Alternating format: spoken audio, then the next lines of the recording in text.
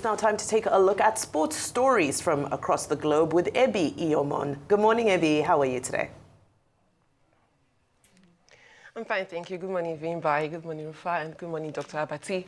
Well, a lot is happening in the world of sports, and obviously the Euros is one particular tournament that has taken a lot of attention across the globe. We'll begin with that as the last quarterfinal spot was sealed last night, where after Turkey defeated Austria by 2-1, we had Mary Demiral getting the goals for Turkey there. And Austria, despite that win in group stage against the Netherlands, could not get it done against Turkey, and Turkey have progressed to the quarterfinals. Remember that Turkey were in the semi-finals of the 2008 Euros, and they will take on the Netherlands come this weekend. It's been a good ride for Turkey in the Euros. They are definitely the dark horses this time out. So many would have thought maybe Denmark and all, but Turkey is one team to look out for. Netherlands, they had not too strong group stage outing. They had a lot of backlash after that 3-2 loss to Austria, but they were able to get their own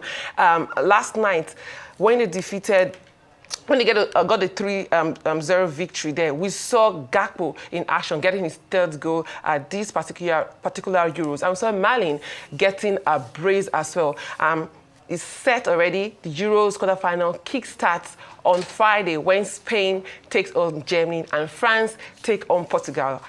Two interesting matches to be watched on Friday night. We'll see who progresses to the semi-finals of the 2024 Euros. And still talking about teams progressing to the quarterfinals of tournaments, we had the Copa America go on last night, and we saw Brazil draw against Colombia, and that draw means that Brazil will face off against Uruguay in the quarterfinals. Now, we already know that the tournament is set, the quarterfinal stage is set in the Copa America. We have Argentina facing off against Ecuador, the team of Estupinian and Caicedo right there. We also have Venezuela taking on Colombia, Canada taking on Panama, and Uruguay, like I said, taking on Brazil.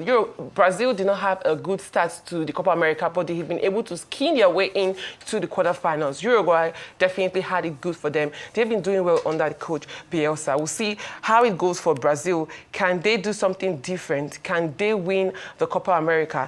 Only time will tell there. And away from the Copa America, we have a story there from Paul Pogba, who is facing a 4-year doping ban. He's meant to be back in 2027, and he's saying that he is not finished yet. He's not done yet, that he's going to fight to return to play. Pogba's doping case is currently ongoing in the Court of Arbitration for Sports, and he says he needs to fight against the injustice. He was banned in August 2023, and he's still serving that ban. Hopefully the case goes in his favor. Pogba was one player who was combative, creative at the same time, but it all went down the drain. Hopefully he gets a victory there. We've seen players get their doping cases reduced or their ban reduced, like a player like Andre Onana. That happened for him. Hopefully it also happens for Paul Pogba. And away from that, to transfer market, Chelsea is definitely looking to sign players this summer. They've talked about signing strikers and all, but that has not been done yet. But they've been able to get a player who improved under the new coach Enzo Maresca. That is Dewsbury Hall. He's been signed to Chelsea. What different is he going to bring? What difference is he going to bring into that Chelsea's midfield? They had the likes of Conor Gallagher, there's Cole Palmer and all. Can Dewsbury Hall be the missing link there in Chelsea's midfield? Well, Maresca is the coach who groomed him there for a season in Leicester. We'll see if this signing is a signing to look out for come next season. And to tennis, where the Wimbledon is definitely kicking. We had Novak Djokovic in action last night, and he got a first win after his knee surgery on June 5th. And Djokovic was definitely ecstatic with that victory. He had doubts about playing this particular tournament, but he was able to get straight sets win. He is definitely never to be overlooked when it comes to a tournament. He's hoping to equal Roger Federer's record of 8 Wimbledon titles. We'll see if he can do that at this particular tournament. And still on the Wimbledon, where a lot of actions are going on. And we have Andy Murray withdrawing due to injury, he kept on hoping and trying to ensure that he played the Wimbledon singles, but his back injury has definitely deterred him from playing the singles. We'll see if he can make it to the doubles, but that is also very unlikely. He was hoping to retire at this particular tournament, but, well, time will tell if he can actually play the doubles. And another one we have the defending champion last night, that's Marketa Vondrousova, getting knocked out by Jessica Maniero. That's quite shocking. That has not happened since 1994, where we had Steffi Graf get knocked out by McNeil there. She got knocked out, and we already know that Sabalenka, the world number 3, has withdrawn due to injury. Now there's Ons Jabeur, who also got a victory. There's Iga Swiatek, who also got a victory. These are most likely the contenders, one of the contenders. Ons Jabeur lost the final of the Women's Wimbledon tournament last season to Vondrousova. Hopefully she gets her hands on her first Grand Slam title. She's been looking for it. And finally, from me,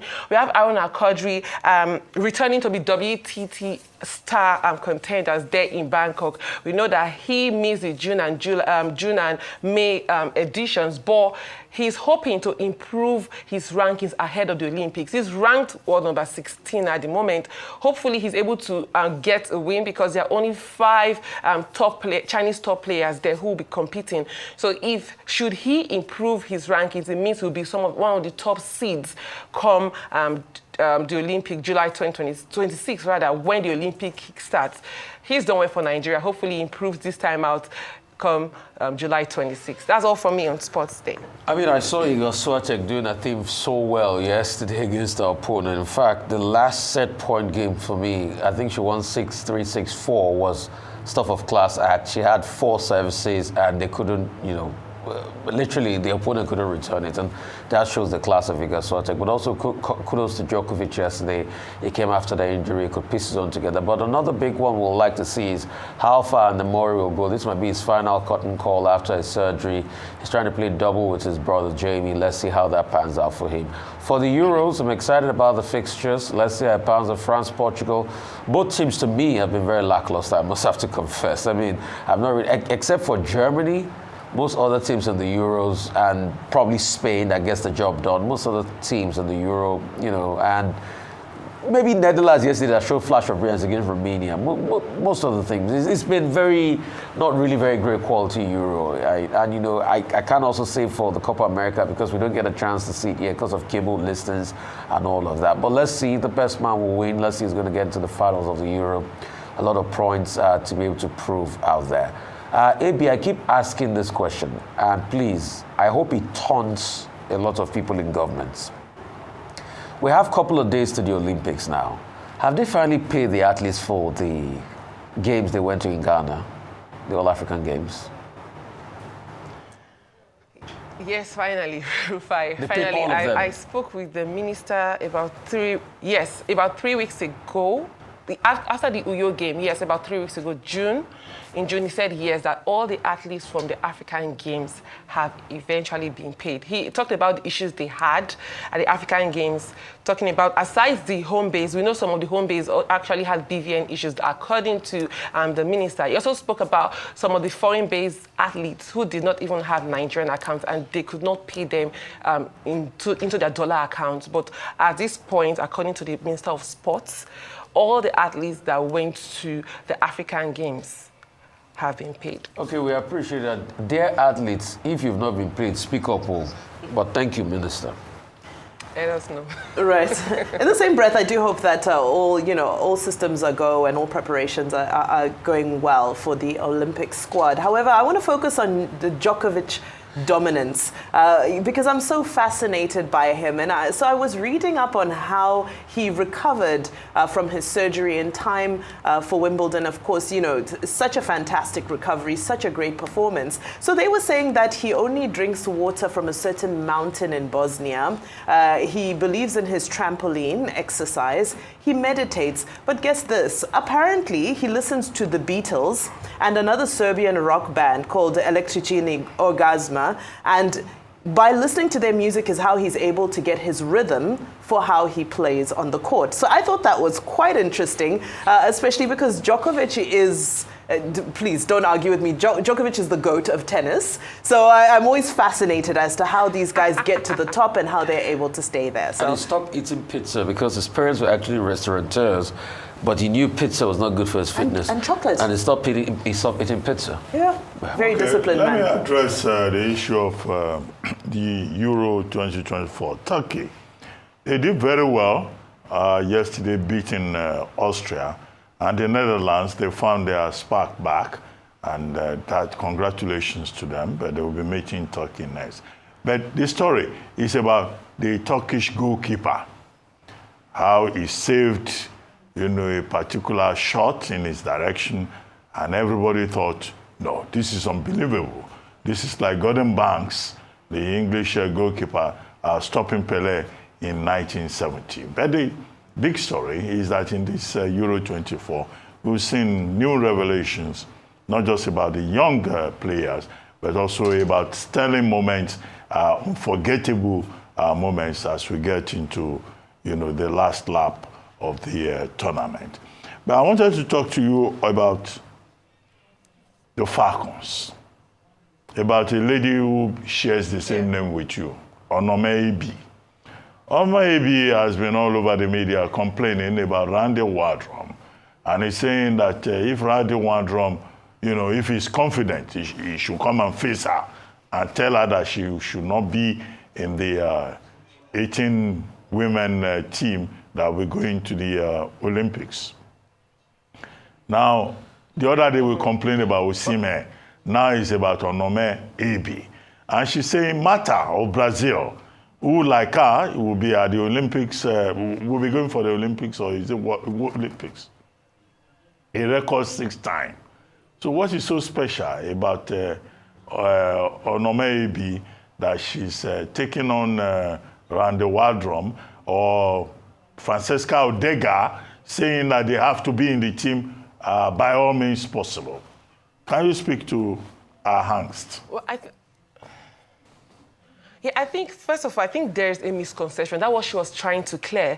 She says she was never, she wrote something on her story this morning where she said she was never even in the contention for the Olympics. She never said she wanted to be in the Olympics, but from reports made by some newspaper outlets, they said that Randy Wardrum has talked about the NFF wanting him to include Onome Ebi and Odiga. But she's now saying that, for instance, let's say she was meant to be brought in. Is this how she's meant to be treated? Especially seeing the reactions of Nigerians on social media and all.